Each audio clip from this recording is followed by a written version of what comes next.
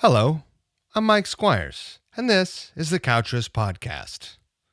I don't know why I'm talking like this. Ugh. You know, the things we do to entertain ourselves. Welcome to the episode. My guest is Clint Lowery in episode number 116. Clint Lowery of Sevendust. Now, Clint has been a busy boy. Holy moly.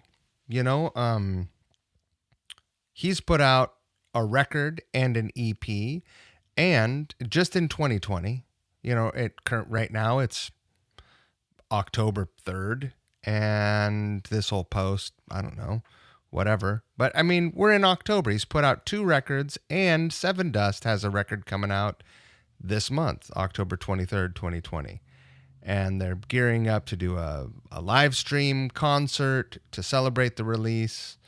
I'll put a link to get tickets for that in the episode. My guy's staying sober and sane and staying fit. You can follow him on Instagram, watching him work out, and which is super admirable. A lot of people sitting around eating cheese puffs and watching Netflix or whatever. At any rate,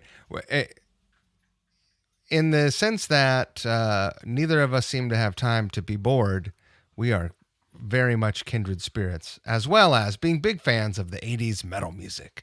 We had such a good time. Every once in a while you talk to someone and you're like, wow, I can't believe we have never met. Like, we could have been 2 dressing rooms away 25 times, and who'd have known that we'd have hit it off so well. Now, there's no telling back when we were both drinking if we'd have got on, because, you just don't know, man. You don't know. And to that end, I'd like to say a lot of people doing a lot of sitting around this year because you feel limited or whatever. If you're struggling, if you're having a hard time with alcohol or with drugs, you can make a change. It's absolutely possible. Nothing is impossible. I mean, you can't grow wings out of your back and fly. That's impossible. But you can fucking kick booze. You can kick drugs. You can walk away and have a much better life. You think you maybe feels impossible, but you can. And I'm proof. Clint's proof. Duff is proof. There are a lot of examples out there, and pick one. You don't have to pick all of the worst examples, people who have died from the disease of addiction. That's all the preaching I'm going to do. I appreciate you hanging in there.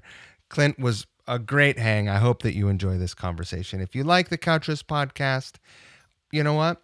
Consider being a pledge supporter. You can do it for as little as 99 cents a month.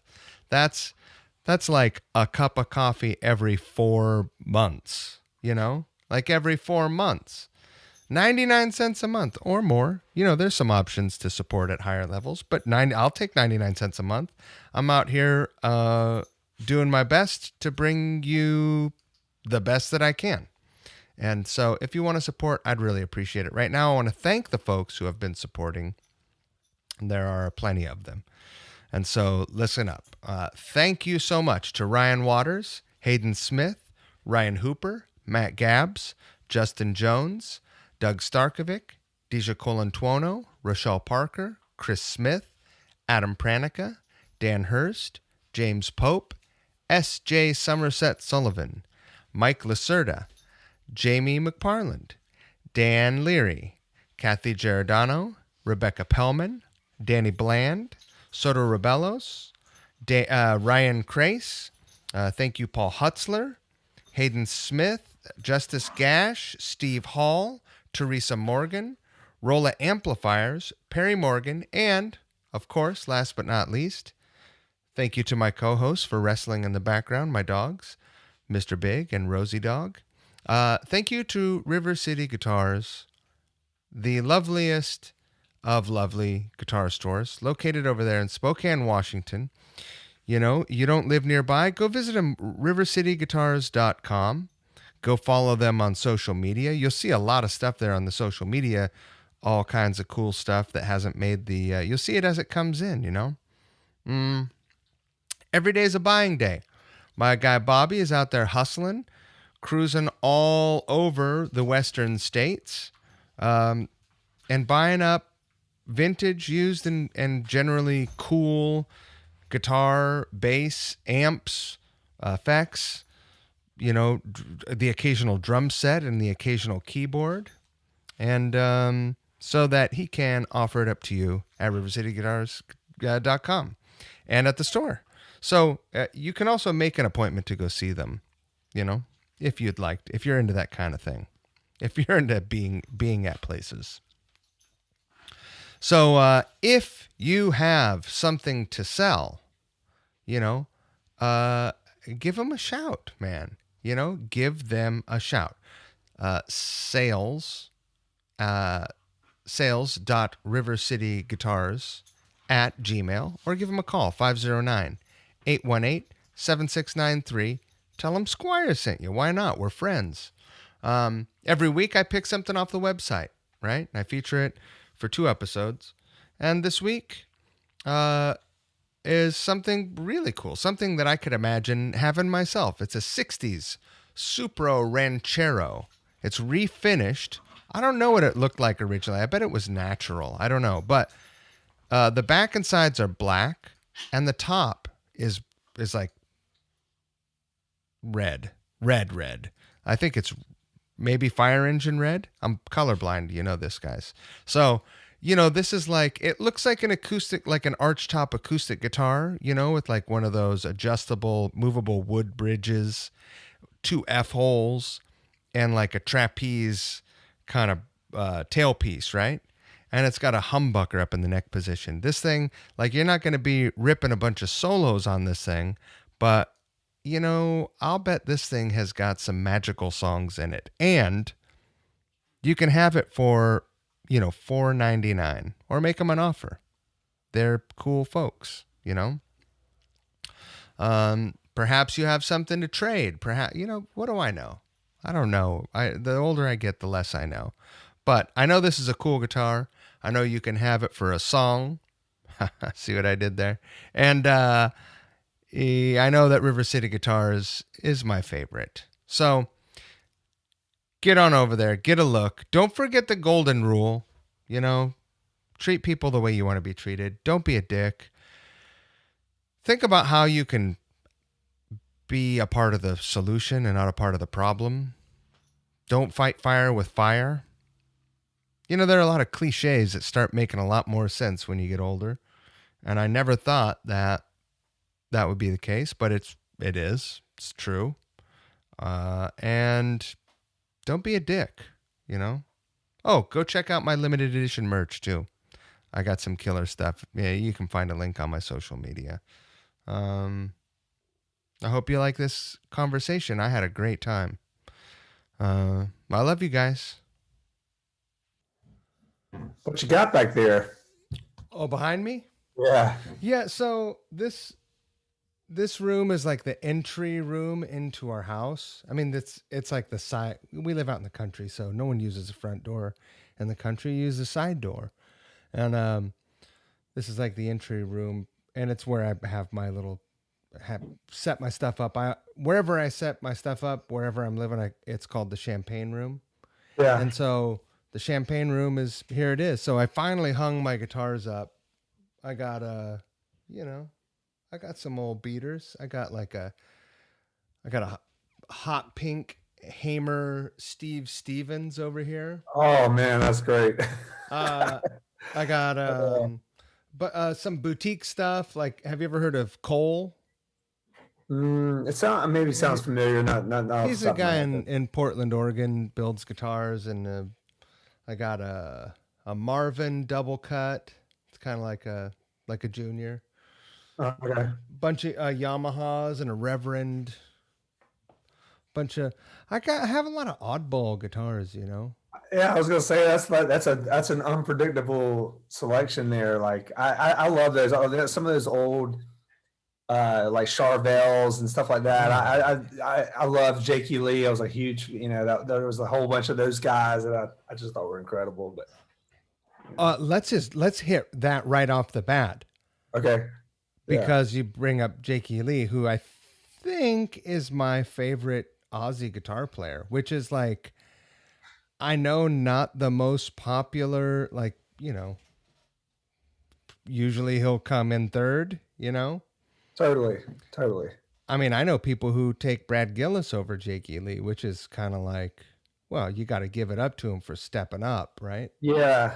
I mean, even before I knew the situation and how short of a notice he had to do that, but speaking of that was unbelievable. Yeah, he was known as the whammy bar king at the time, which was a cool thing to be then. Right. Maybe he has so much now, but Jeff Beck is still doing it.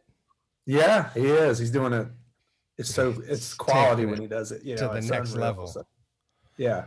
But yeah, I love Jakey Lee's playing, and maybe because I didn't know the difference when I was introduced to Ozzy. Like, I was young enough that I didn't know the difference. Like, Bark at the Moon was the album that I was introduced to. I didn't know that there was a different guy playing guitar in the different albums, Yeah, isn't it funny that because I came in and I don't know if we're in the same age realm, but there were like AC/DC records that I heard where it was Brian Johnson was first, and then it was Bon Scott later. Like the voice, you start connecting the dots, and especially with Randy Rhoads and Jakey Lee, I was really getting into Ozzy when Jake was in position, and that was in 2 years. But even now looking back, I still think that Jake was so under. I mean, it just seemed like some kind of fallout happened where it's just like everyone's like, let's just push him away. I'm like, what did he do? Because he did some incredible, amazing stuff, In the Badlands, I was a gigantic Badlands. Me too. fan. I played that High Wire song in my high school band. Absolutely, I did too. I played that. I mean, the Winter's Call, man, it was 3 Day Funk. Even the other ones, the second record, Ray Gillen was just ridiculous. He was such an amazing singer, man. Oh yeah.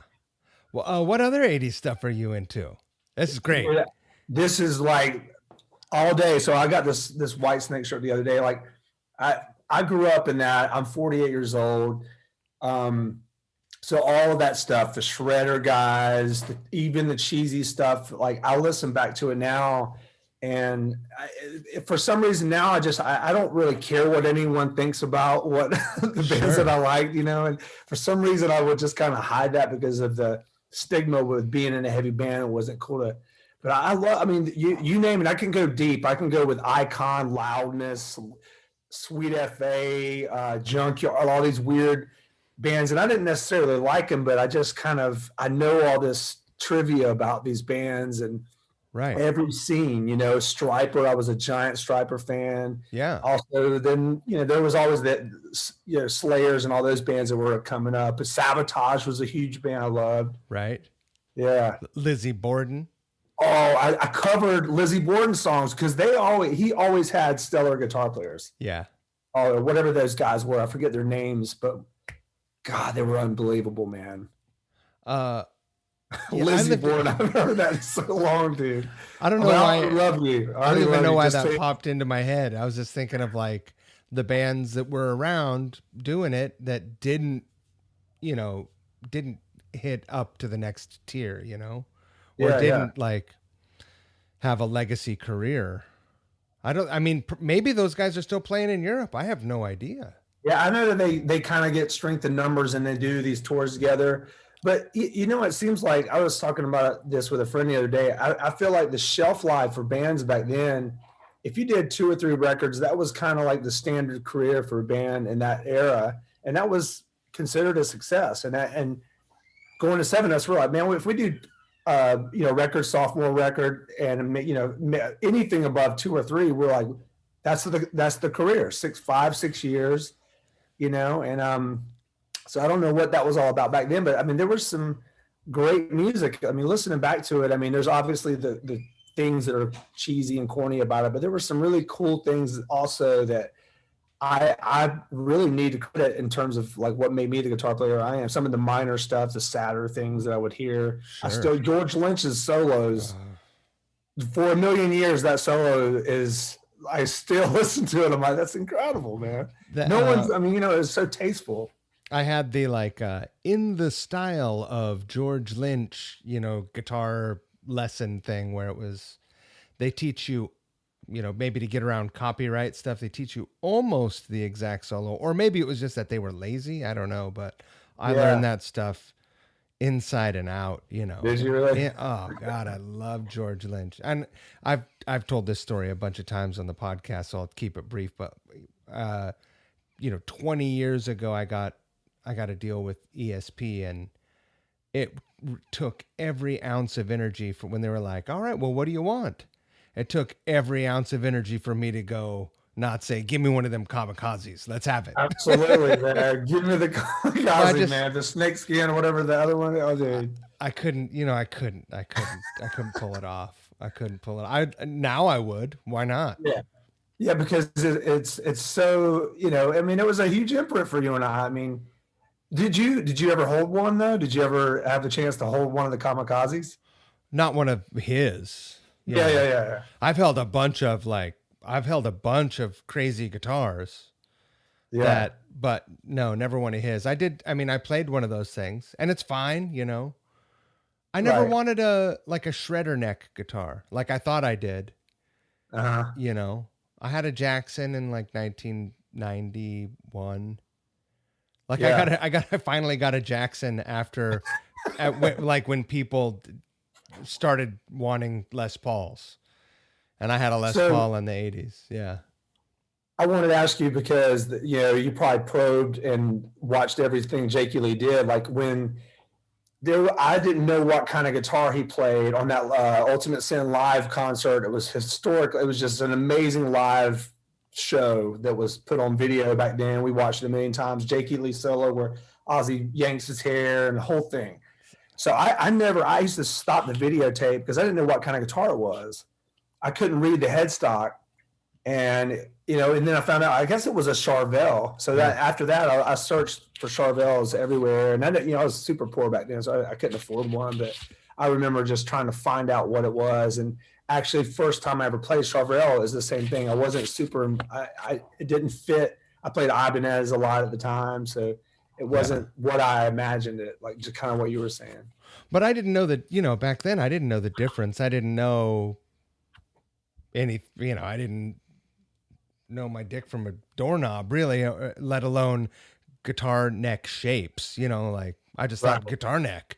I barely knew how to change strings, you know? Yeah. I mean, by 1991, I'd played for 5 years. I probably changed my strings 5 times. Oh, yeah? I wasn't, you know, I'm not the sharpest tool in the shed, Clint. Well, you're not talking a sharp tool either, but, you know, I was never, even with all the gear and the pickups and components of the guitar, I've never been fascinated with that side of it. Right. It was all more like, just give me the guitar. And you know, I'll be hard pressed to tell you what pickups are in any of my guitars. And I don't know why. I think it's interesting, and I think it's definitely important for the tones and all that, but I've never really retained or been interested in absolutely being able to talk shop gear wise, you know, on a deep level. So when a guitar is in your hand, it's just like you pick it up, you play it, and if it feels good, that's a good guitar. Yeah. If it doesn't feel good, next. Yeah. And I mean, the sound, I think half of it comes from the fingers. You know, I've heard, you know, Ty Tabor, or I've been in a room with Eddie Van Halen, you know, lucky enough to sit in a room with him and playing through some random guitar. And I'm like, it sounds like him. Like it sounds like he's playing through a crate, you know, whatever amp it was. It was nothing like, and it just sounds like him. I mean, Billy Gibbons, same deal. Doesn't matter what he's playing, right? God, he's so good, man. Oh, you bet. Ridiculous. Did you say you've been in, like, outside of, you know, sharing a stage or whatever, you've been in a room where Ty was playing? Yeah, so I was, and he was kind of an elusive guy. I was a gigantic King's X fan. Huge. I mean, before Dogman just blew. I mean, it was over the top at that point, but They came to Atlanta one time, and there was a club there, the Cotton Club, and they played. And I want to say it was I think Motley Crue was hanging out with John Corabi, the new singer. You know, It was like that scene, and they played. And they were playing Goldilocks, and it was just an amazing show. And I went back to the dressing room. I knew a guy that got me back there, and we were back there, and I approached him very, I didn't come in hot. It was more of I was lingering there, and he didn't really come off as antisocial. It was just, I could tell, he wasn't an extrovert person to be raging, It was like, I just kind of sat back there and he was playing, and it was like, I think it was like one of the opening band guitars. He was just curious about what it was, how it played, whatever, just a couple guitar players, and he was playing. God, it just sounds like him, He had such a cool, distinctive tone then, and he was playing through the guy's amp. He's so good. He is, man. Loaded got to play with them a couple shows. We did House of Blues gigs in Vegas and LA, and that was a real treat because I was huge. What is the album from like 1991? Faith, Love, Hope, Love. Yeah. Faith, Love, Hope, and Love. Yeah. I know that album inside and out, and I feel like, and although I learned one song once, but I feel like if I've listened to it so many times, I could probably sit down and learn the whole album in a week. Yeah. Something we should do, like especially during these things, this pandemic. I might as well. I actually thought about learning a solo from Steve Vai's, the Attitude song. I was going to go back, because when I was a kid, I learned that. It was like the Holy Grail. If you learn that, and it was close enough. It wasn't exact where it needed to be, but I want to kind of go back and see if I can even pull it off, Did you do it? I think I did. I mean, back then I was playing 8 hours a day, 10 hours. I was just right. a guitar nerd. All I did. And that was the thing. That was a little challenge that some of the guitar players I grew up with, it was like, let's learn that. And it was such a quirky song. And back then, for some reason, that was the song. There were so many other ones, but that was the one that you learn that and you're on, I was a huge fan of that album in particular. Mm-hmm. For whatever reason, Little Green Man. Yeah. What it's called. And for whatever reason, the album that came out after that, the really big one, it came out. I bought it. I was like, it's not that weird. And I didn't listen to it again until like last year, and it just like pushed my face in the mud. I was like, this is incredible. Oh man, or Passion and Warfare. Yeah. I mean, honestly, Steve is definitely my favorite guitar player. I mean, it's a broad statement. I hate when people ask, what's your favorite guitar player? There's so many, but I think overall, just his masterful, just his swag with it. I got a chance to jam with him on stage once. Really? It was kind of an embarrassing situation. What? I want to hear this. Okay, this is. I'll make it long because it can drag out. So, Steve Vai's always been my favorite guitar player. We were doing a record in New Jersey, and they were in town. The tour manager we knew, the drummer Jeremy that was playing with them. This is about 5 years ago. Was a real big Sevendust fan, knew Morgan. So he's like, man, let's go watch the show. Eddie Trunk's down there. We're going to go do this thing. And I'm like fanboy all the way. We're in the audience. We go do the sound check. We watch them do that. We get to go backstage. It's the first time I've ever been butterfly. I don't know what I'm going to say. Cause he really, I mean, I get even emotional, man. He was unbelievable to me. This is only 5 years ago. This isn't 25 years ago. No. You've been around the world a few times at this point. And so we go and we go in the dressing room, and he knows. I introduce myself, and he's like, "I know you've said so many nice things about me in the press over the years." I'm like, he Googles himself. And then we just start talking, and he's like, "I want you guys to get up and jam. We do this thing called write a song on the spot." and I'm like crossroads immediately. Like all those things are coming, and so it ruins my whole experience of the show because I'm anticipating. I'm anticipating. It's like hitting me during the show, and they're just killing it. Right. The first show I've ever been with, there's not hardly any vocal. I think there was one song he sang, but I was mesmerized and fully. And this is the jaded version of me years later, watching Right. and instrumental completely pull me in the whole time. So we get up there, and the way it worked is he got me on the guitar, the side guy that was amazing as well. We get on stage, Morgan gets on the drums, I have the guitar, and he's like, Eddie Trunk. Were you playing one of his guitars? Yeah, well, it was one of his auxiliary guy. I think his name is Dave. Yeah, Dave Wiener. Steve's. Oh, he plays PRSs. Yeah. So I played PRS, Yeah. But I actually wanted to do the Ibanez because weird necks. Why not? And he so Eddie Trunk starts, he's like, oh, give me a beat with your mouth. Just make come up with some kind of beat. So he starts building it, and Morgan plays the beat that Eddie does, and then he starts to, and we finally get to this thing where we're going to jam in G, then we're going to go to E minor and all this. And he's kind of briefing the band in front of the audience. And he said, Clint, you're going to solo in G. And I'm like, okay. And then I kind of get confused, and he's like, no, we'll do it in E or whatever.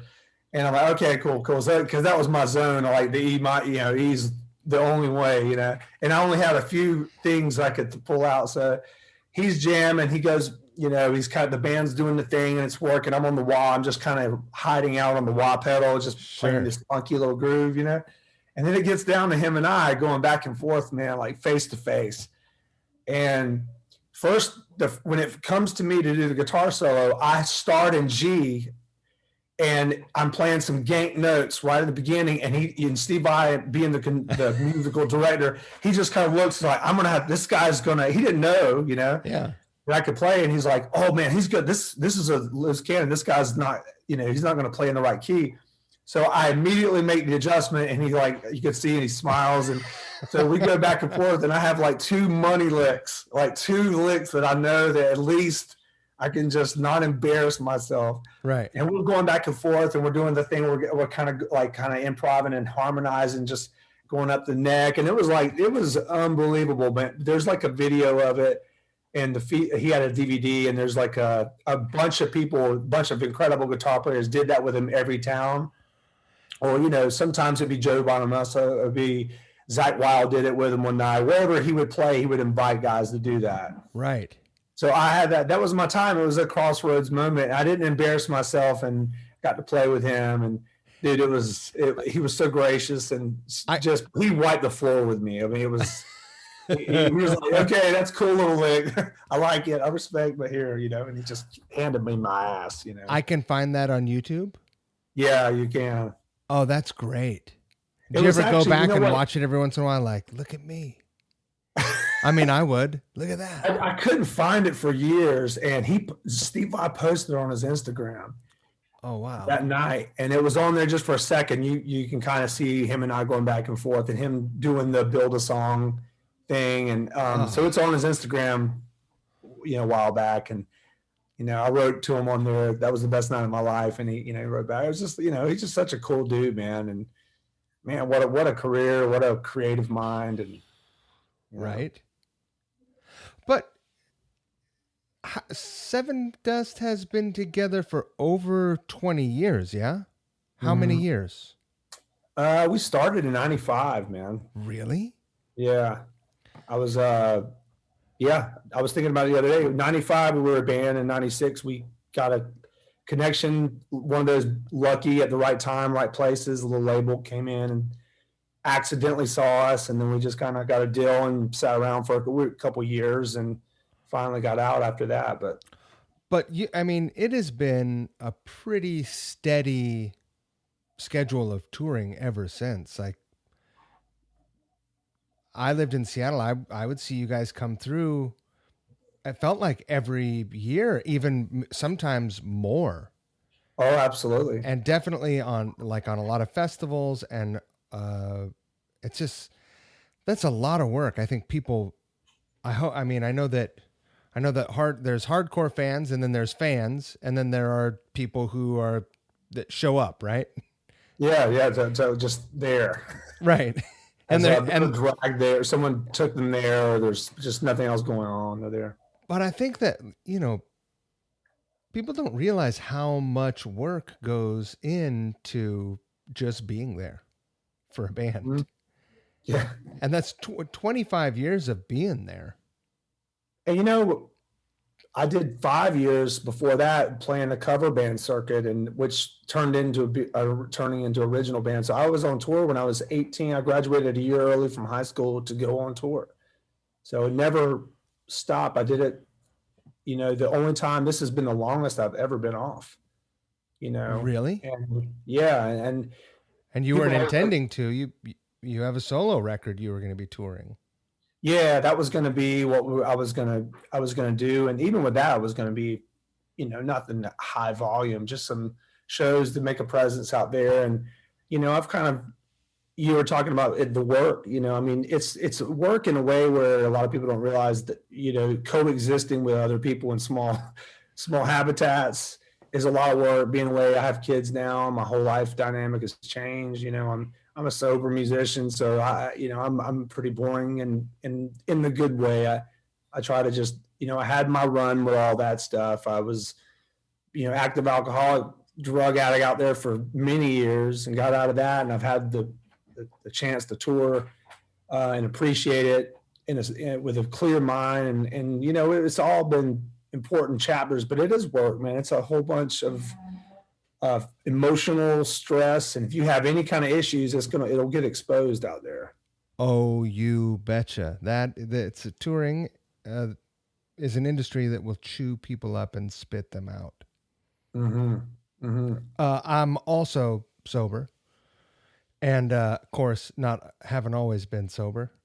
Yeah. It's usually how it works. Yeah.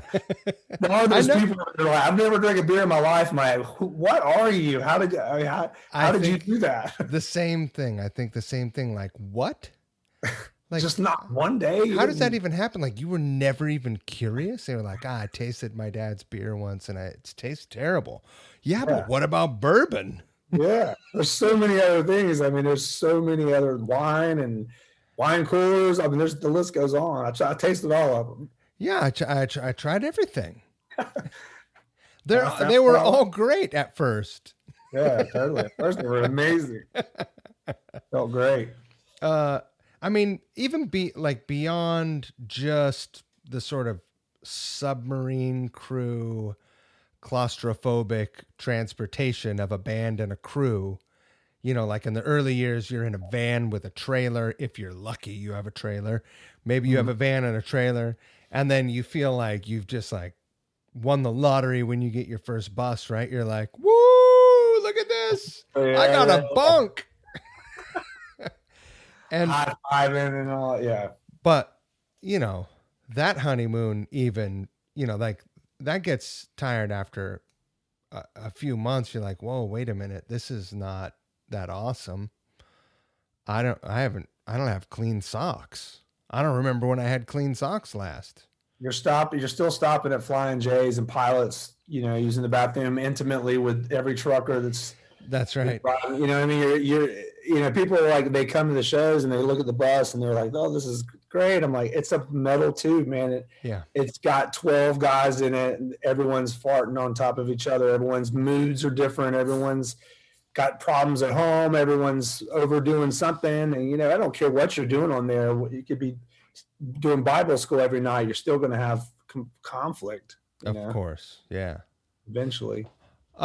So you said you started playing on the cover band circuit when you were 18. Were you able to eke out a living through that band?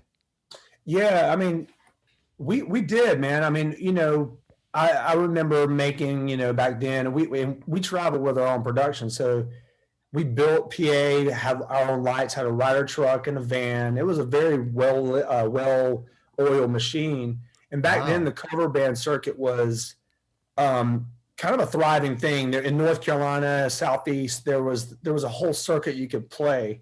And we were we were all into that. We had a really good following everywhere we went, and we eventually made the move. So we play the show 4 or 5 nights at that one city, tear our PA down, get in our van, our rider truck. We had 3 crew guys, and we'd just go and drive to the next town.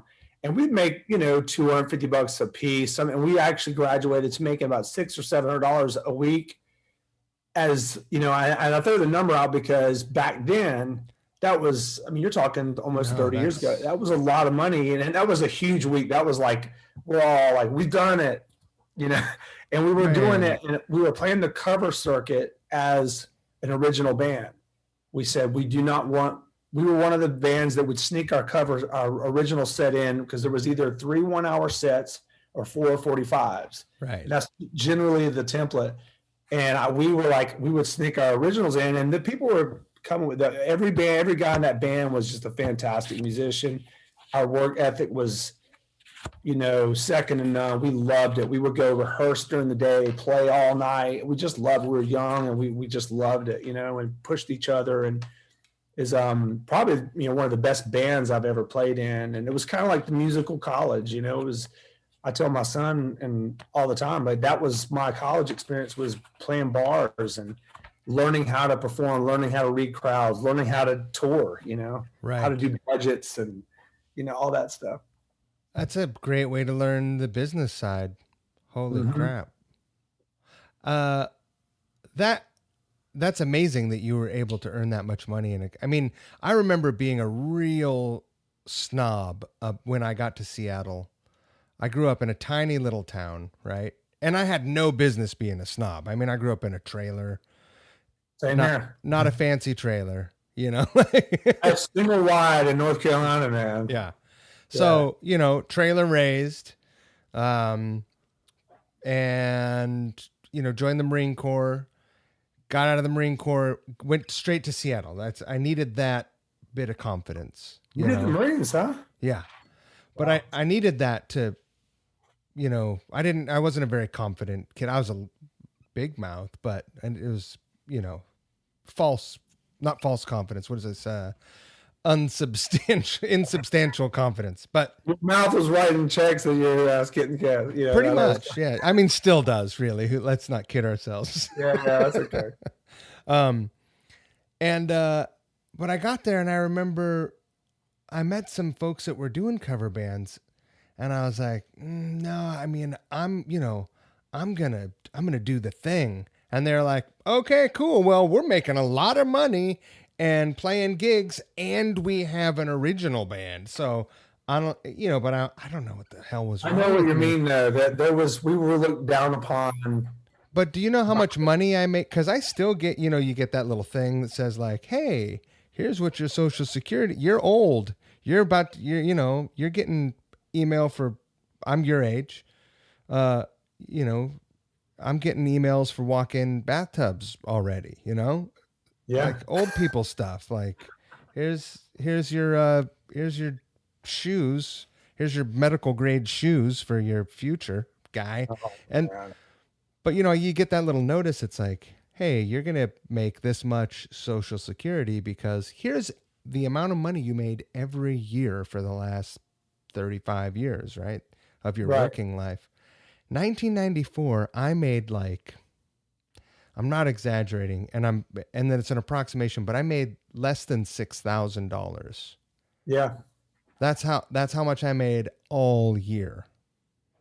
And so, and I still managed to, and I guess I made some cash, but I managed to buy myself a nice bass and buy an SVT and buy SVT. Yeah. I did it. I didn't have a car. I didn't have a cell phone. My band lived in a house together. So our expenses were really, really low, but I don't know how that happened. I don't know how it happens. How do young people do it? You're sitting there saying all that stuff, and I left that band that was quote unquote self-sustaining. Yeah. Joined Sevendust. They were called Crossbase at the time. So it was a big leap of faith because I had a stable thing there, but I loved what they were doing. That was a good name change. Yeah, that's when the name kind of changed. But you said 94. That was when I probably made that much doing odd jobs, living there in the same kind of apartment with three of the other guys. I would just go every now and then do some construction work here and there just to have something, and we were happy. I was very happy there, Right. which is a weird. Now looking now, I'm like, I don't know how I even survived, but I remember being, it wasn't stressed. It just seemed like it would work out.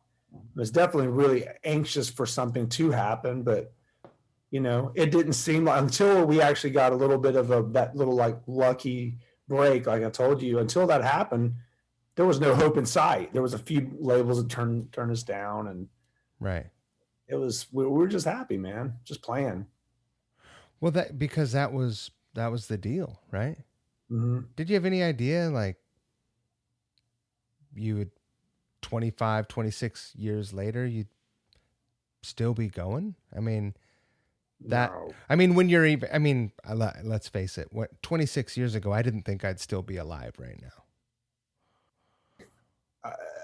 I don't know how your story, and I would love to hear, like, because I'm always interested in that, especially in people in this business, and it's a rarity to kind of find sobriety of any kind. And I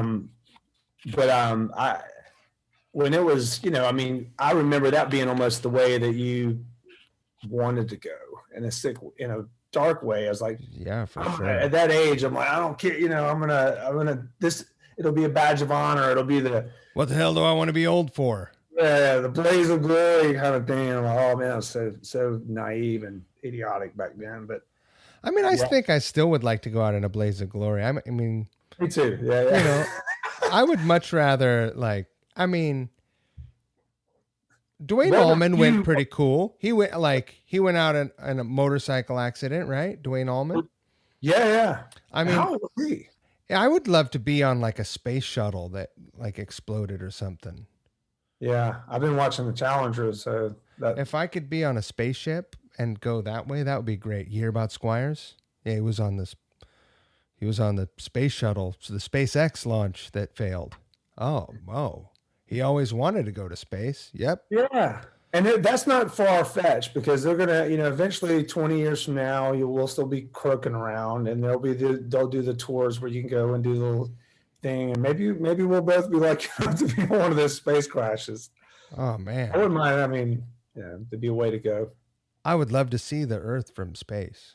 Me too, man. Me too. I love that stuff. I think astronauts talk about the sensation that they feel when they see the Earth, suspended in nothingness. Just boom. Think about that view and the perspective it would change. Every now and then you'll, in an ocean, you'll see, like, you'll get a glimpse of the vastness of the Earth. And, it's hard to really, because we just don't even have that vantage point. We're always just limited to what we can see. And it's huge, and you can get on a mountain and you can see a lot, but imagine that view. Well, imagine how when you're in the middle of the ocean and it seems immense, that when you're in space at a distance from the Earth and you look at it and you realize it's just a drop. It is just a drop in the ocean. That's unbelievable when you say it like that. It really is. Yeah. You're looking at the speck. Yeah. Floating around in this, but then your mind I start thinking about the size of the lengths of the tails on these comets, and they have these. It's just unbelievable. All the shows, I just pull all that in, and and this is without any drugs. I'm sitting there. Yeah, I thought, I can probably approach these subjects because of my experience with psychedelics in the past, but if I could experience them without, that would be wonderful. Yeah. And I think that's the only way to do it. I don't know. What do I know? I was searching for that view, when I was seeking that. It's kind of like, I understand a little bit. I wanted those connections, really strong bonds with people. I wanted to see spirituality, and I want to see the cosmos, all the psychedelics, but that was the that was the easiest way to kind of get there and get a version of it, but I'd love to experience that. And I have in some ways, in sobriety, had these really good connections with people that are very sincere and real, have nothing to do with anything besides the actual true connection, nothing artificial. Well, I think, and it's probably I'm getting the feeling that it's probably similar for you, and it's this way for me. I feel like some of that change for me, the similar experience that I have, comes from being sober and communicating more clearly, and not communicating through a cloud of, just whatever. The long comet tail of the last week that I've been punishing myself. Yeah. Let alone the last night, But I think also just from getting older, it sounds so cliche, but man, when I was young, I thought I knew so much, and I thought I had it all figured out, and I thought old people were full of shit. And to a certain degree they are, and to a certain degree I am, and to a certain degree everyone is. But what older people do know, the ones that have their heads on straight, is they don't know nearly as much as they think, or that they thought they once did. They know less and less every day, God, man, you're like touching on so many nerves right now. And I think that, what the 22, 23-year-old version of you, what would he think about you right now? I always try to think about, like, if I were able to sit and be in a room and, let alone the age. I mean, 48 years old, when I was 22 years old, 23, and, someone would be 40 years old, still a musician. I'm like, I used to they're washed up, man. It's over for them. Their careers, that's it. I don't want to listen to anything they have to say, because they're like, they've had their time, and that alone was just the most ignorant thing. Anything that I do know is from every mistake. I've made so many mistakes in my career, in relation. I've done so many things that it's impossible not to learn a few things. And like ultimately what you said, what I do know is that I don't know. And there's a relief to that. There's like this, maybe I need to just shut up and listen. No. Yeah, that's it. Is like you have the ability to settle down in your letting go of needing to know, or forcing things, or trying to control things you can't control. Being right. Like standing in the middle of the river, trying to hold it back, Yeah.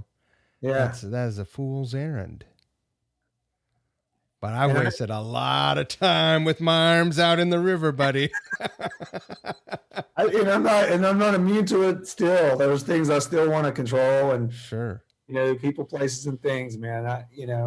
And there's some of it I just, and it's I like to remove myself from situations. Before, it would be like I would have these things where I would have conflict with certain people, or certain belief systems, or certain institutions, and it was just, it was more of, instead of just thinking everyone was wrong or this and that, especially in this day and age where there's so many debates on every level, everywhere, and it's like an ego thing. It's my ego was so clever, and how it was like I would mask it as humility.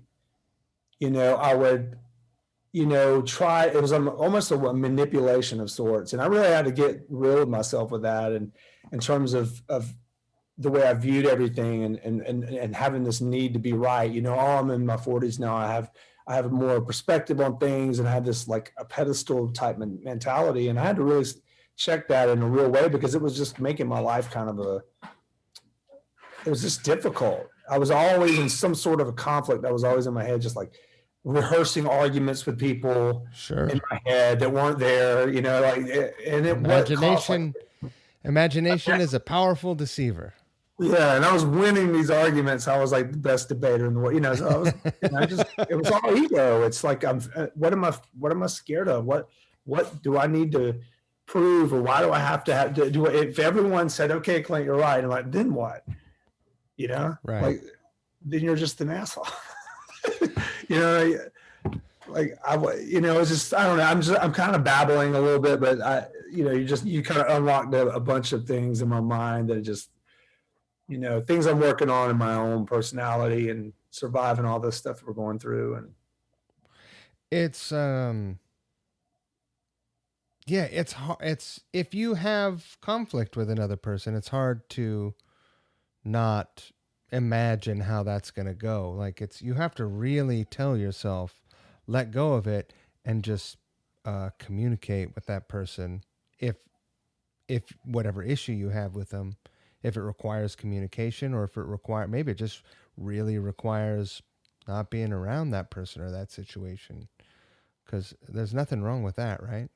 I mean, that's you kind of brought me back to the point that it left me was I just completely lost my point, but it was the fact that I know enough about me to remove myself from situations that I know if I'm not going to keep my mouth shut, I'm not going to add anything, or if I'm going to debate someone for the sake of debating them, then I remove myself and just know that about myself. I'm not able to keep my mouth shut. So let me remove myself out of the situation. Or if I feel like I'm in a judgmental type of headspace, I don't want to be around people that are going to feel that way.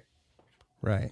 I don't want to make people feel that way because I know what that is. So, and just knowing myself enough, so okay, maybe don't go to that little group over there tonight. Maybe stay home and just be in your own little neurosis. So let me. I want to back way up. You said you grew up in Georgia. I grew up in North Carolina. North Carolina. Yeah. Also trailer raised. Also trailer raised. Where at in North Carolina? I grew up. My dad was a musician. He grew up in the country in Robeson County, Lumberton. It's very super poor. One of the poorest counties in North Carolina, in the country, rather. But my dad was a Lumbee, Native American Lumbee Indian. It was Indian back then, and the names changed. But my dad was 100% Lumbee, Native American, which isn't federally recognized as a tribe, but huge in numbers. And that I grew up in that culture, and my mom was, she was, she was white with a very church, had a, grandfather was a preacher. So I had these two really different dynamics growing up. But I grew up in Robeson County, Red Springs, and until I was 8 years old, and then moved to Fayetteville. Were your and if I'm overstepping any bounds, feel free to tell me to fuck right off. But were your parents together when you grew up? Yeah, they were together. They were in a band together. They had a kind of psychedelic band called Plant and See. And my dad was like a Jimi Hendrix type of player. And my mom was like Grace Slick. They had this thing. And then she gave up her career to raise us, and she had 3 boys. And so my dad continued touring and doing all that. And so he left when I was about 8 years old. They got a divorce. And then we moved away about an hour away from where he was. He was always touring. He was always gone our whole life. But he was around, but he was a musician, so he was doing that. He was a Rolling Stone. He's not around anymore. No, I lost him about 5 years ago, and my mom in March. Yeah, I'm sorry to hear that. Thanks, man. It's yeah, that's another thing that will your own mortality will slap you right upside the face when your folks are both gone. Yeah, it's deeper than I imagined it being.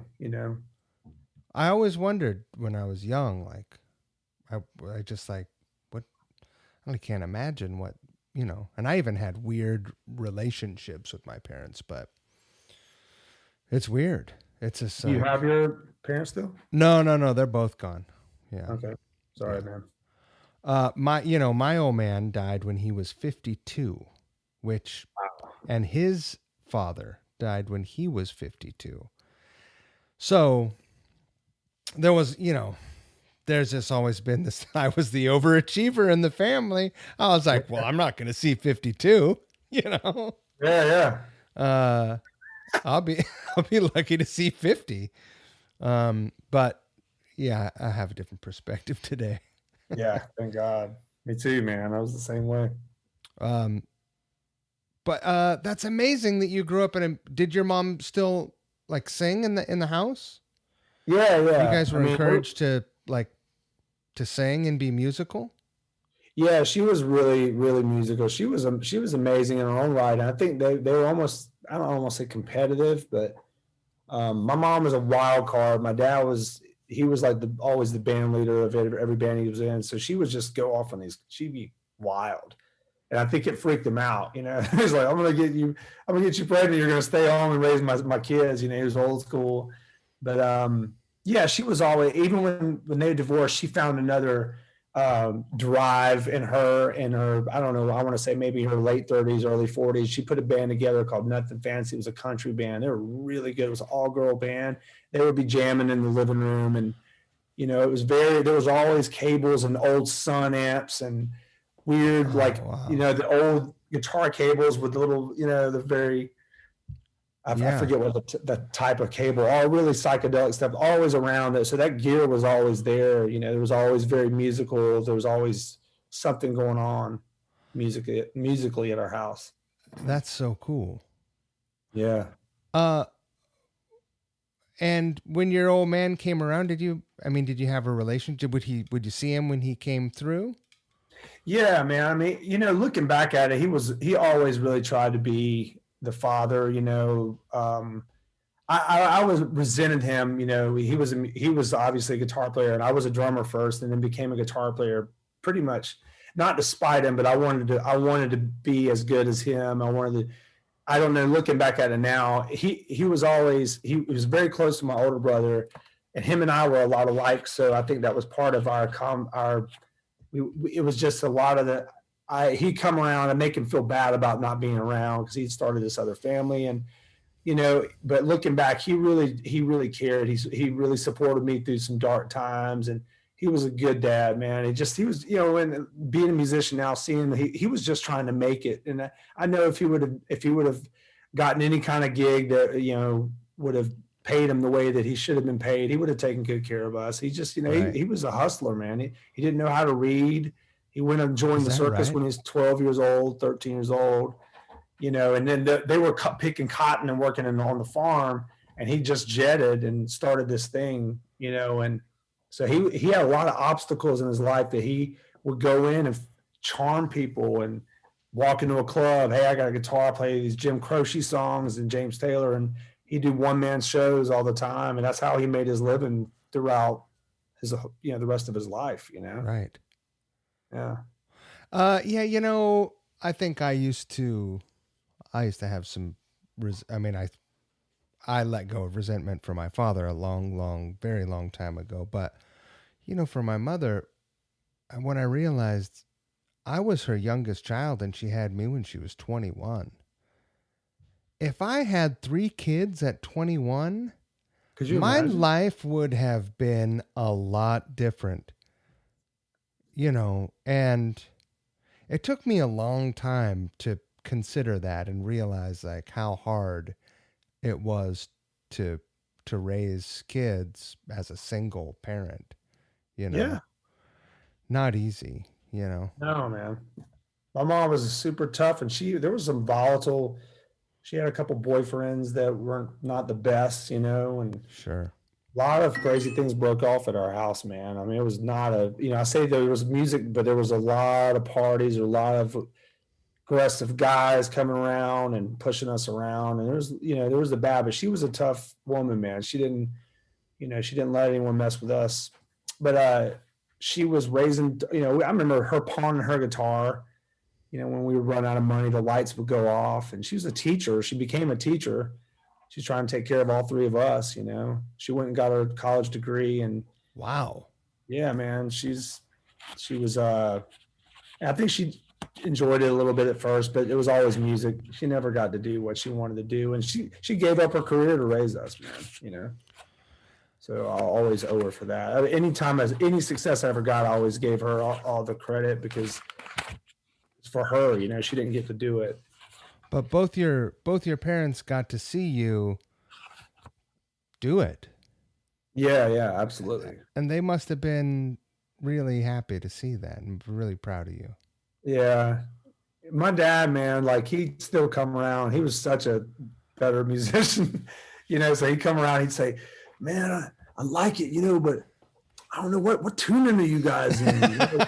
Like what? Why y'all yelling so much, man? Why don't y'all sing, man? Sing, you know, you got the soul, sing, you know, like, you know, you got the funk, use that. And every now and then Sevendust would get that groove and he's like, you know, he'd get into it, you know, and we pull him on stage but he got a kick out of it, man. Like he'd come to the wildest shows and he would just look out there and he's like, what is this? You know, all these people jumping, you know, so they were always around. My mom came and partied at the shows and it was a lot of work when my parents came to the shows. Let me just put it that way. It was always a production. It was always like, you know, man.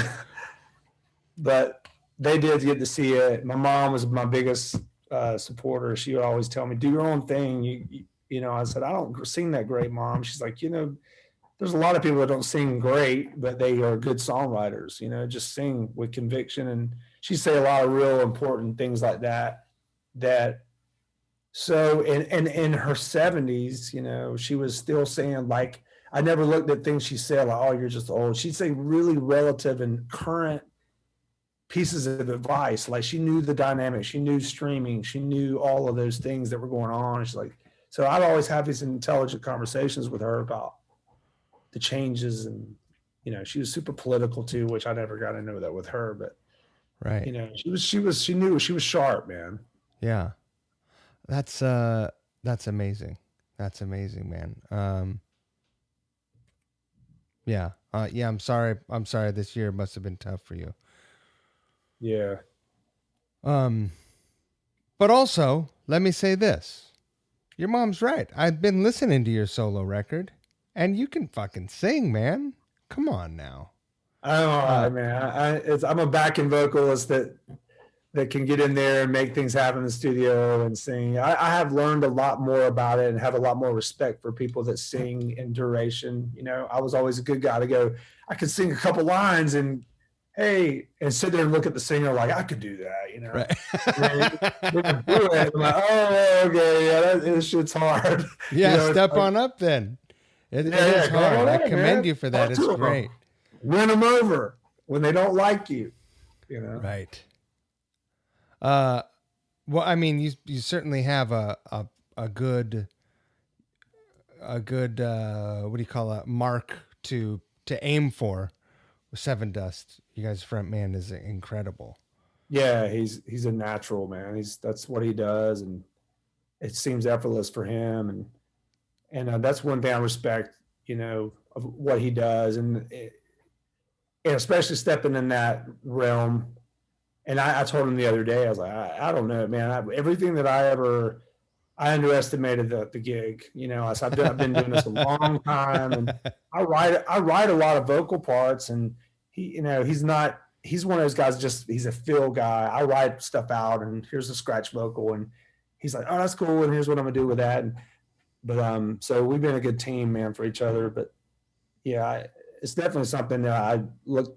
And I'm glad I did it because, you know, I can go back and have a little more empathy for when he's stressing. He's like, oh, you know, I can't talk during the day, you know, because I don't think I'm gonna make the show tonight. But he always pushes through, man. Yeah. You guys have a record coming out next month, and yeah, I mean, it's like I say next month. This month's almost over, man. 2020 is about behind us. It's unreal, man. Yeah, October 23rd, man. Our 13th record. And you guys are going to do a stream. You're going to stream a live show that day as well. Yeah. We're going to do it. Not a bunch of the new songs, but a good amount of the new songs. And we've been working on that, getting it together. And it's, you know, it'll be interesting because we don't know and a lot of bands say their energy comes from the crowd and all that. So we're going to get in there and just play and, you know, and not try to, do all the theatrics. I mean, we're going to have energy, but it's different. I've watched the other streams, and if you try to have too much energy, it looks weird. I think it's more about watching the band play together. It's like a very cool rehearsal room experience, And I think that there's something cool and interesting about that as well, because it's not like watching a live concert. It's something kind of more intimate than that, right? Yeah. And some of the quarantine covers and different things that have been going on, one of which, or a few that you do, I mean, I think that's been a really cool thing, just to see these not odd, but just collaborations that would never have happened. None of this would have happened, Right. and now it's like, it's kind of cool. Like when people do it right, when they have like something, odd, different combinations of musicians you never would think. Oh yeah. They do these things together. Like, oh, that's great. I think it's fantastic. I think so. I mean, and I'm trying to push that into some pretty, no, I wouldn't say extreme areas, but I've got some pretty interesting stuff that there's always like, I mean, these videos, man, if you think like getting a rehearsal together is tough. Yeah. I mean, because you think like, everyone's at home sitting on their ass watching YouTube or what, Netflix, but the people that I'm talking to and the people that I'm reaching out to, they're not sitting around bored. They're not sitting on their hands, and I don't have time to be bored. I got no patience for boredom. I got no time for it. And so some of these videos take months. Like I've got like 8 videos that are just one or two people's performances away from being done. And some of them are bananas, but they'll come together when they come together. That's what I realize. Like, and it's the one take thing that I think that separates the Joes from the pros, man. Well, I think that a lot of people are making these things and they're basically recording a cover song. They're like, okay, I made a demo. You send stems to someone. You're like, record your part there. And then, film yourself miming along to whatever, comp you put together of your best bits. No, right. Man. Like music videos already exist, as far as and there's some folks that are doing some really cool videos. Like the 2 Minutes to Late Night guys are making great videos, but those aren't live videos.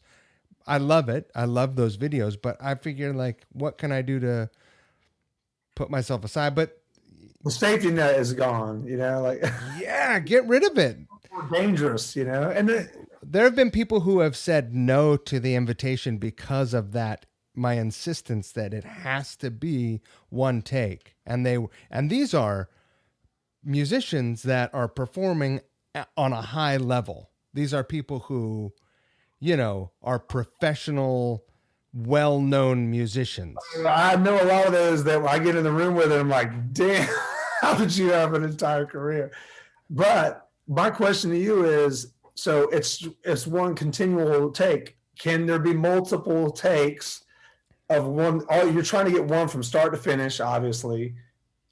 So is that considered the one, or does it have?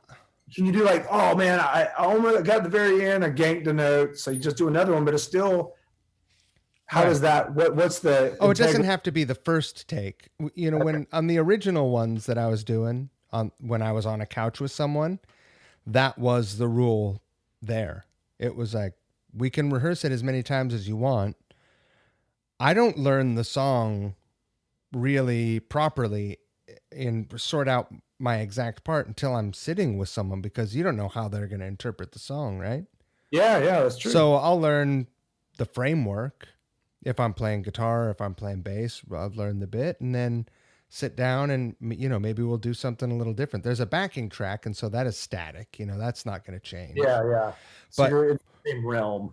Unless there was a technical flub, I push record, first take, that's it. Now, were there any disasters? There were no disasters. I mean, I've made way more mistakes than anyone else, but I don't mind hanging my ass out, you know? Yeah, I think that's cool. And that's the world I grew up in, was record at the same time as a band. Like it was repetitive, and so I think that's really interesting. I think that's cool, and I think that's a whole lost art form these days. It's With fun. That's being a musician. If you were playing a late night show, you wouldn't get to go back and you wouldn't go back and fix your bit. Yeah. You know, if you were playing a live show, you certainly that's not a part of reality. Yeah. You know, this isn't the Matrix, you know? Everyone, it's becoming that, because everyone's so used to hearing vocals absolutely in tune. Right. It's almost everyone's trained. Now, if I hear a band and a singer goes flat or sharp, I'm immediately like, did you hear that? But it's cool. It's like almost like, okay, man, he's human. Like, and there's passion in it at least. And I love it. Yeah. It's way, I don't know. I feel that more if it's exact, and it's cool, but it's funny. I'm making a solo record, and I find myself wanting to track all my part, like I've been like very stuck on that whole idea of how I apply this rule to Couch Riffs. And when I go to track my guitars or my bass, I'm like trying to get everything in a single pass. And I had to let go of that. I'm like, this is a different thing. It's separate. I don't have to do that. I can, I think things usually sound like, I like it when there's some push and pull, I appreciate a lot of different kinds of music, but I love the push and pull. I love when things, when it moves around and it's just like not perfect. And there's like there's these imperfections that I build the character and make the player, and there's things that are just wrong, right? Not that just don't sound appeasing. They don't. That when there's people that have argued like, oh no, man, it's just how I'm feeling, and I'm like, yeah, but we're in the wrong key. We're not. It was not. I don't care. You can punk rock it all day long. You can do all the feel, and you can get. Why don't you go outside, get tuned up, and come back in and feel differently? Absolutely. But man, it's I don't know. There's always that thing, man, where the first take of something for me is generally the best. There's something about it, and you're always like, how did you do it the first time, man? There was something happening there. Even if I play it better later, a lot of producers or whatever, or when I'm doing stuff myself, I like the way that one felt, because it was my first gut instinct. It was my first little, all those little things that go wrong, the feedbacks and the little inflections that are just like noisy and not right. I like that. Well, when you're in the studio, if you're going to get basics on a track or whatever, that first one always has a certain amount of fire, but it's also a little more relaxed, because by the fifth or sixth take, like a little bit of frustration, like some focus will start to creep in, and then you start to overthink it.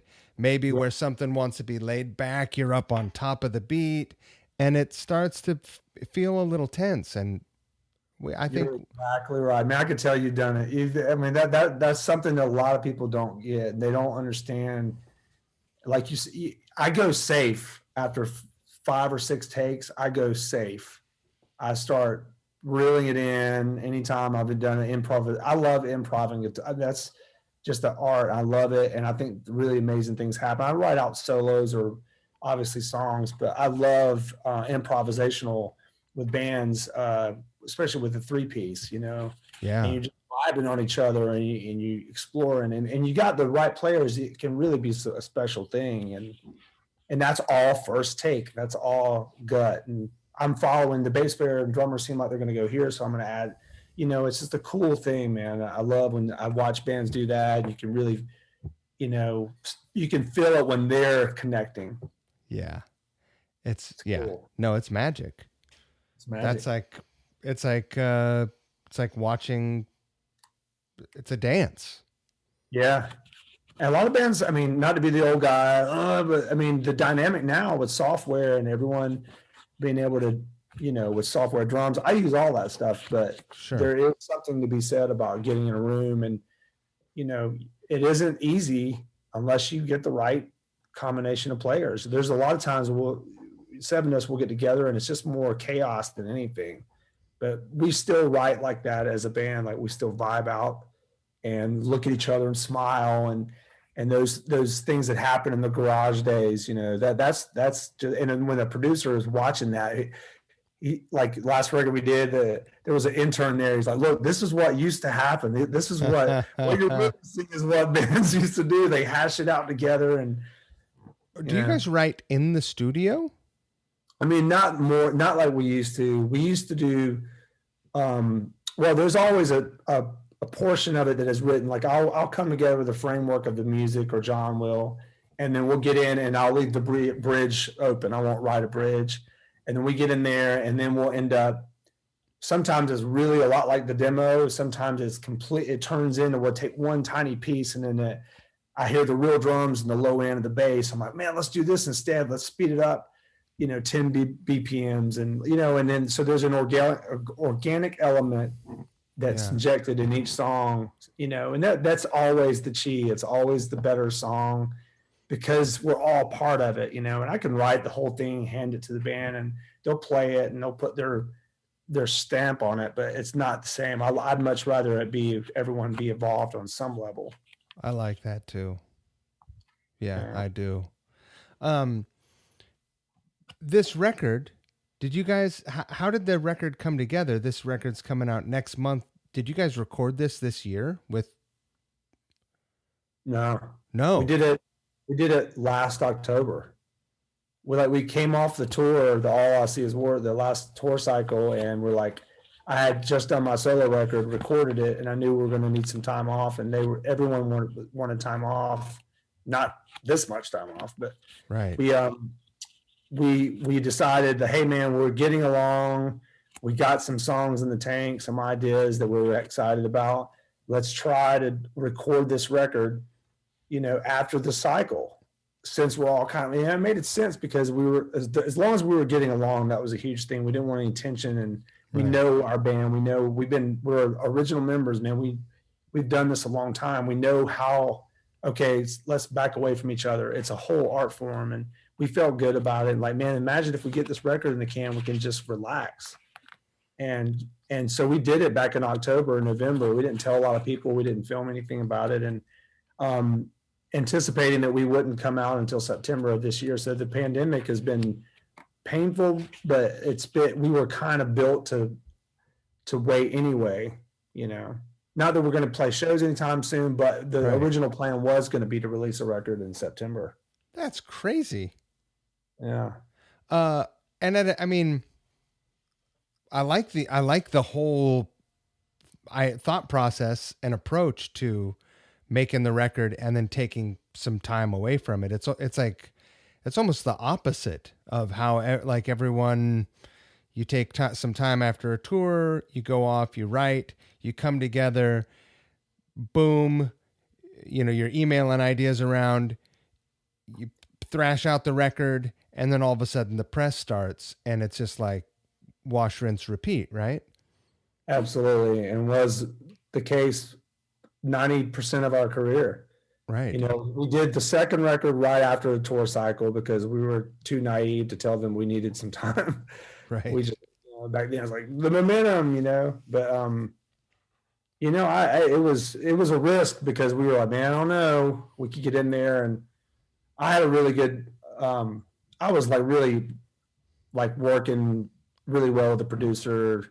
I just done my record. I had a lot of other songs sitting around. So I felt like doing it. I mean, and no one in the band thought, well, you just did your record, man. You sure you want to go in the studio? I'm like, I'm actually do, man. I'm ready to do this because it's a different thing. It's a different sound. So that was coming right off of Sevendust's last tour. Mm-hmm. And so when did you make your solo record? I did that. So there were we would always have 5 to 6 weeks off between tours. That's kind of how our new template works. We get these big breaks because we know that's how we preserve our sanity. And it was really tough trying to figure out how to manage and when to put the solo record in place without conflicting with Sevendust, because there's such a sensitive area with there with me. I left the band once before to do Dark New Day, and then did a bunch of different things when I left. And so anytime I do a side project, it was like, oh, he's getting ready to quit. I'm like, no, it's just something I like to do. And so in respect to Sevendust, found a little window with the manager. I'm like, okay, we're going to take this time off in June. I'm going to go and do my record, and we'll have a month off, and then we'll go do this last tour in August. And we did. And, I went basically straight from the studio to that tour with 3 weeks off, put together some more material, and then went down and started recording the record in October. And it was cool, man. It wasn't as grueling as, I was exhausted creatively afterwards, and I don't know, I hope it turns out, we did the record that way. That doesn't mean it's going to be, successful or non-successful, but it was just the way that we did it. Right. It's yet to be determined if it works or not, And so this record and your solo record, you recorded with the same producer? Yeah. Is that this Elvis fella that Miles just recorded with? Yeah, absolutely. Yeah. Awesome. Yeah. And Elvis is he's a rock producer, man. Like he's a good musician. And, speaking of Miles, I just love that guy, man. He's a good dude. And the sweetest man in rock and roll. He is, man. And that reputation is for real. And I really love my conversations with him, and he's such a great soul. And forget the playing, forget the singing. He's just, he's all of that in that world. He's a good human. Yeah. And he could not, man, thank God, almost lost my faith, but he's like the and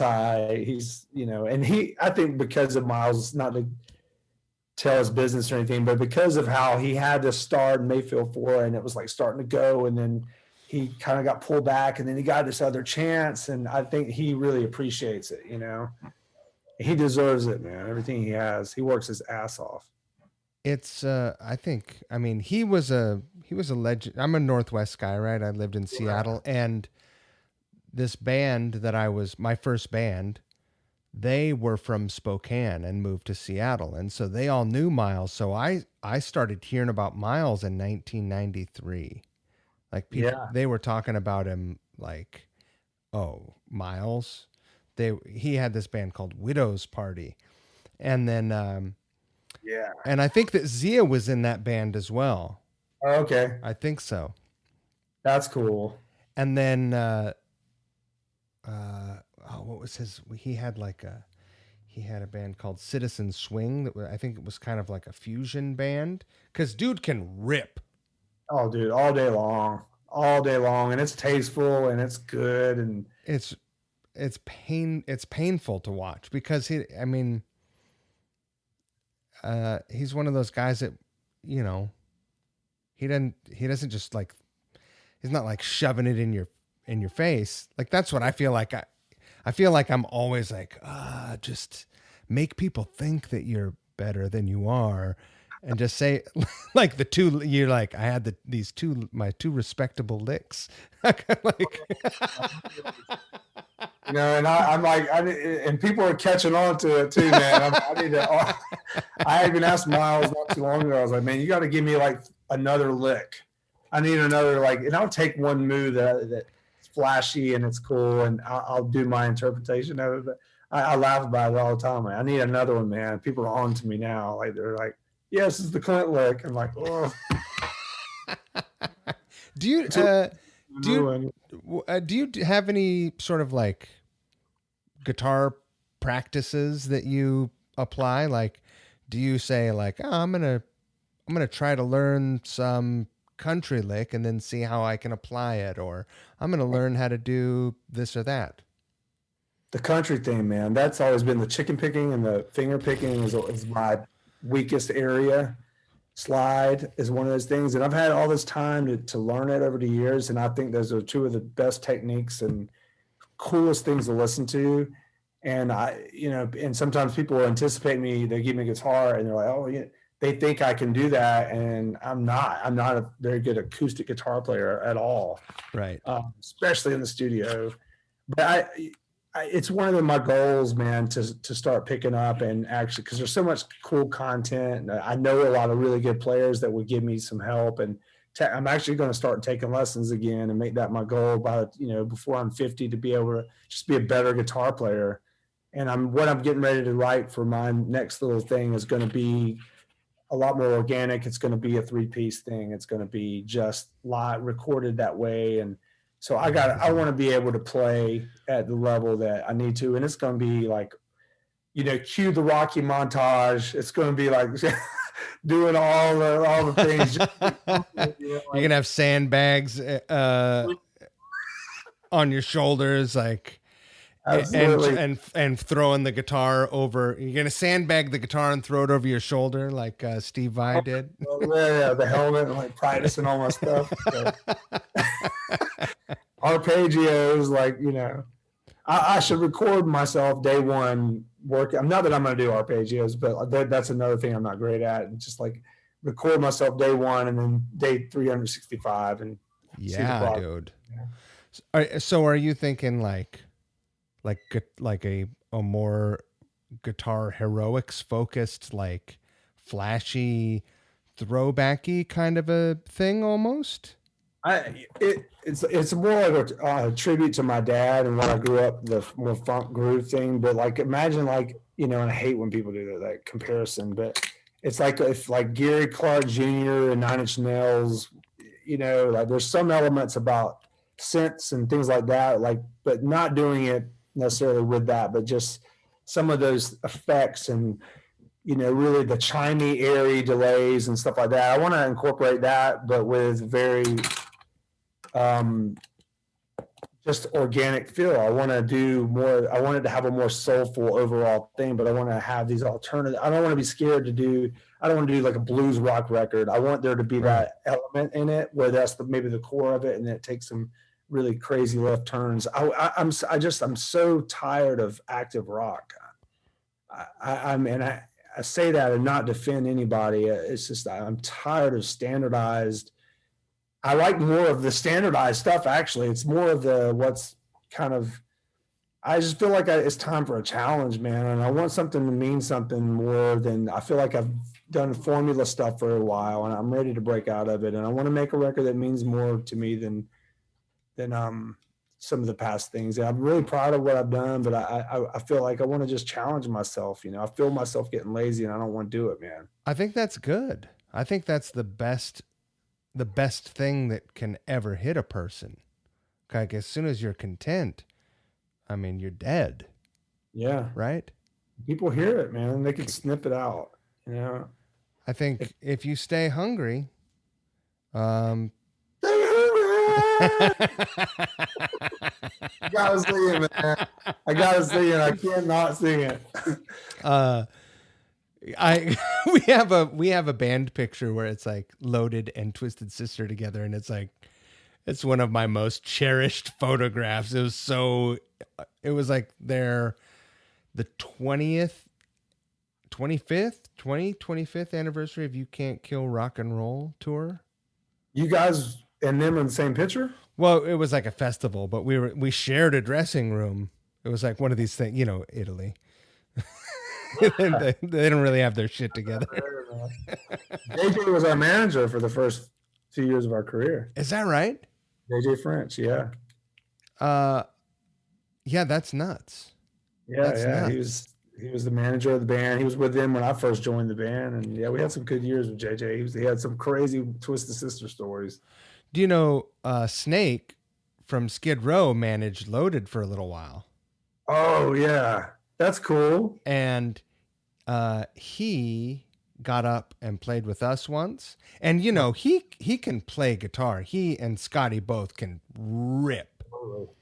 I don't know if you've seen them play ever or even recently. Like they still do a thing where they like guitar battle, and it just, when I see it, it just caves my head in. Well, he got up and played with us, and we did it, and he totally like just gave me underhand pitches. he was very graceful.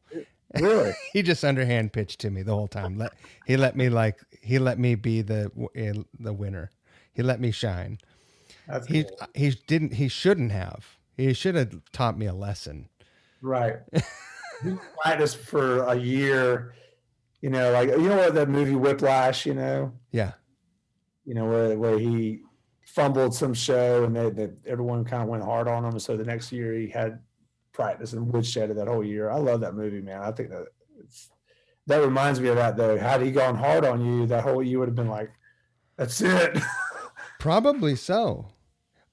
I've talked about this a couple of times, and because you brought up getting lessons, I want to ask you if you remember this, because every like we've both mentioned a couple of times, grew up on food stamps and grew up in a trailer, so it was a small miracle that I even had a guitar.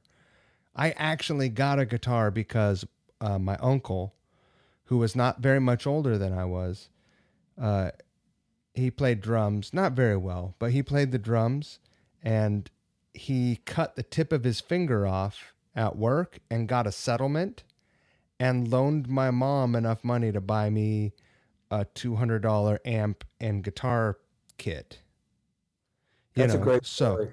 So that's the only reason I had a guitar. I got a PV Patriot, right? And so I would jam with my uncle. PV Patriot. Oh my God. Yeah, buddy. Amazing. I haven't heard that in a long time. PV Renown, the Bandit. I had them all. Yeah, me too. I had them all. I loved them. But I remember every year I would just beg for a subscription to Guitar for the Practicing Musician because it had the tabs in it, right? And that was how I could learn some songs, because my ear hadn't really come along yet. This is like 1987. So, but I remember reading an article with George Lynch, who was my favorite guitar player, and he said, I took the last year and moved out to the desert and took guitar lessons from a 19-year-old kid. And do you remember that? No, I don't. I've never heard that. And I know a lot of George stories and backstory. I've never heard that.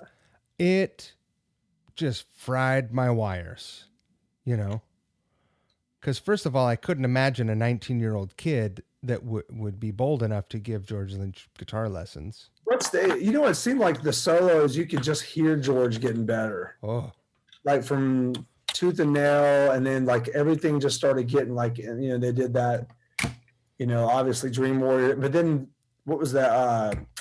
The record before the Lynch Mob stuff. The Lynch Mob stuff Back for the attack. Unleashed in the East, Beast from the East.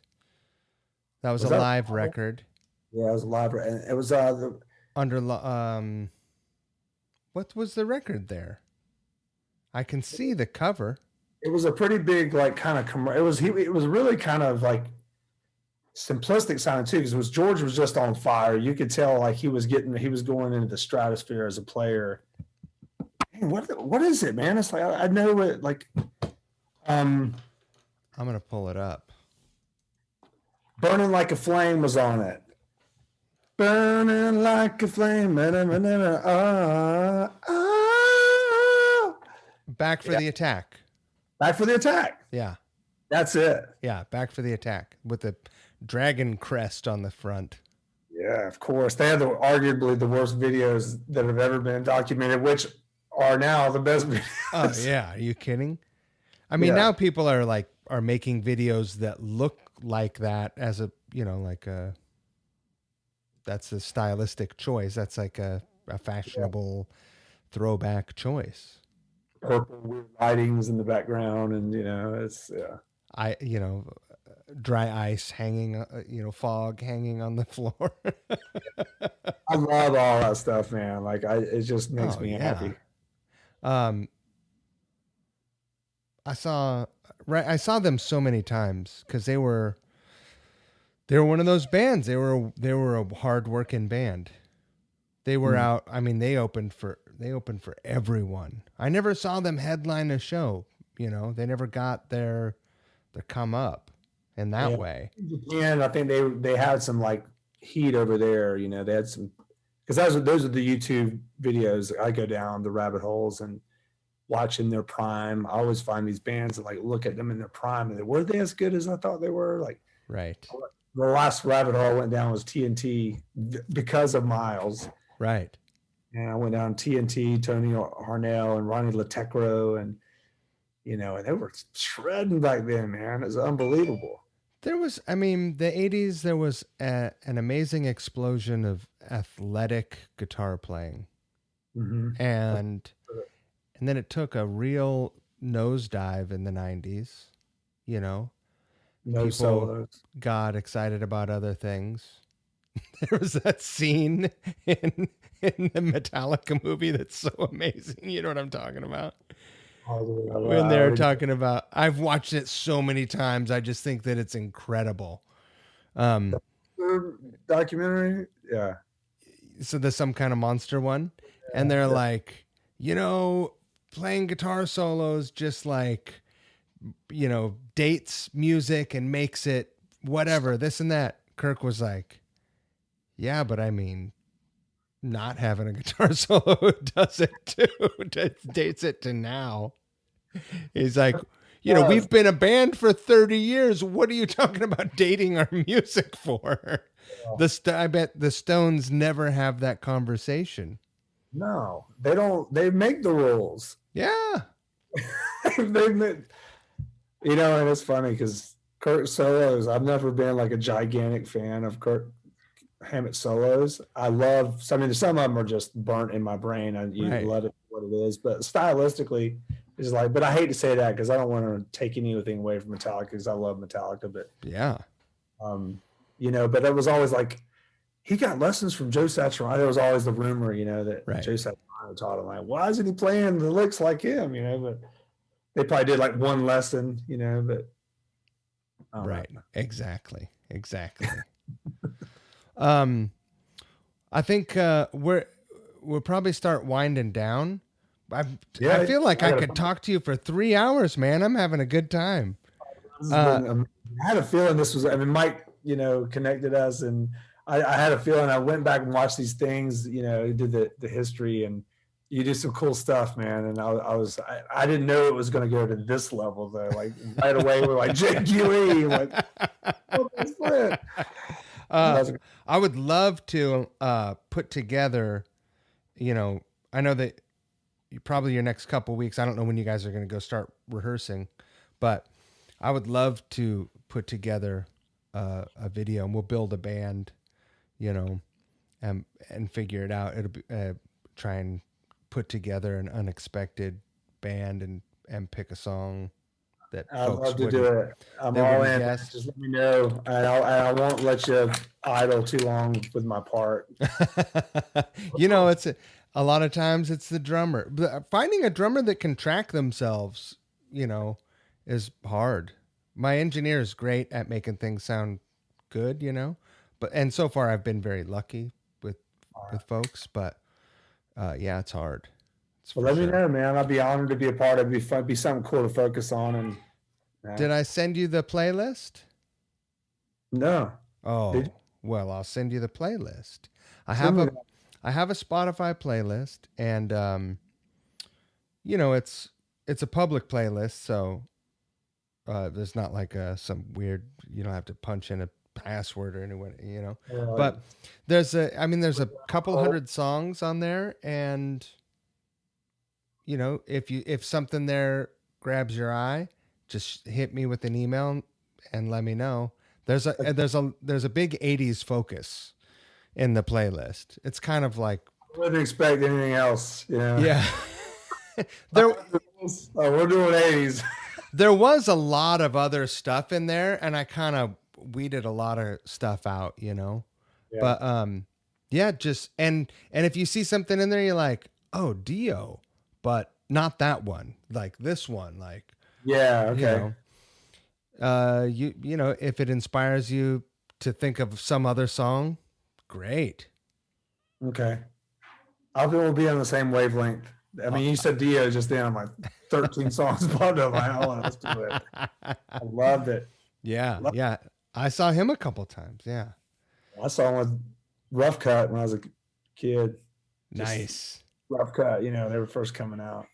I saw Ingve open for Dio in New Year's Eve 1985. Yeah. Holy crap.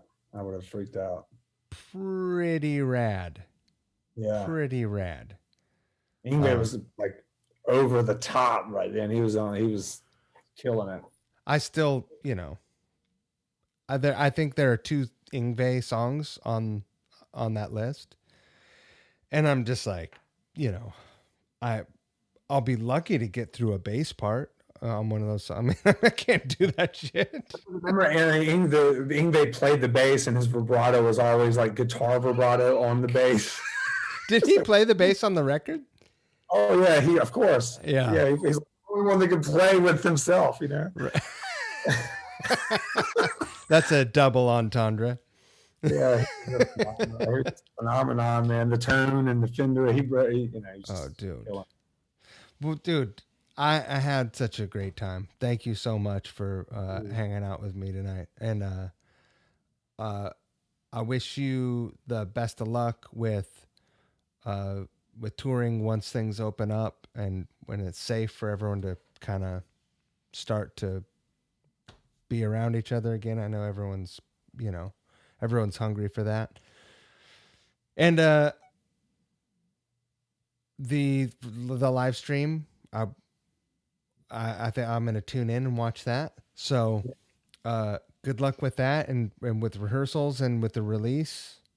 You'll hear a lot of imperfections in that. So yeah, you'll be like, oh yeah, it's great. That's how I like it. You'll be like, you nailed all the mistakes. That's the part I'm best at. Yeah. Oh, the bad note, nailed it. I'll do a special gank note for you. Thank you so much. Well, man, have a great evening, and it's great to meet you and great to speak with you. And yeah, more soon. Absolutely, man. Thanks, Mike. I appreciate it. I have a blast, brother. Have a good night. See you, man. See ya.